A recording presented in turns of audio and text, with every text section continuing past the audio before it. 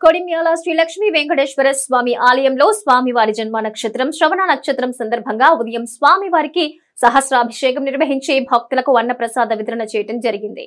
ఈ పూజా కార్యక్రమాలు ఆలయ అర్చకులు నాగరాజు, రమేష్ ఆలయ నిర్మాణ కమిటీ ఆధ్వర్యంలో నిర్వహించడం జరిగింది. కార్యక్రమంలో హనుమాన్ దీక్ష స్వాములు, దాతలు, భక్తులు, ప్రజలు అధిక సంఖ్యలో పాల్గొన్నారు.